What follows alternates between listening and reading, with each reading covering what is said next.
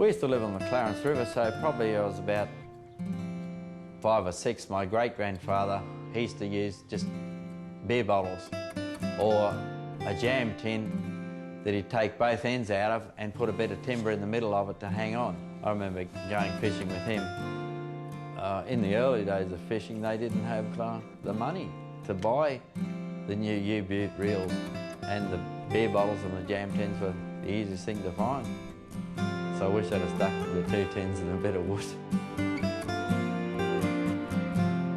My collection is mainly Australian fishing reels and memorabilia to go with that from early 1900s to about 1960.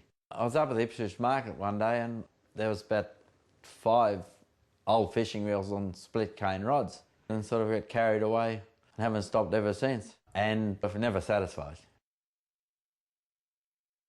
This is one of the nicest fishing reels I've got on my collection.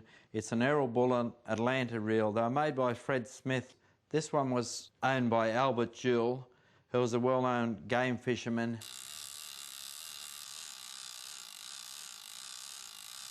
Well, if you buy a reel off a family or the person, you know, you get the history, you get an idea of what their lifestyle was, not only with fishing. You know, they'd start on the camping and what they did, and catching the train to go fishing, and they had to, that's why a lot of the rods are in bags, because they had to take them on the trains. It'd be an all-day event. One of my favourite items in my collection is this chair, which was used by Zane Grey when he was out here in the early 1930s. Came off the boat Zane Grey used when he was out here fishing. I also collect bits and pieces of rods and fishing reels. These things are harder to find than fishing reels at times.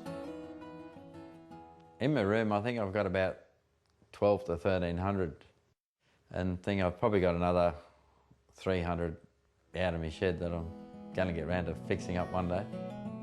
The chase is like any collector will tell you, you know, finding a thing is all the excitement, and then you get home and you put it somewhere, put it in your room, and then you go again.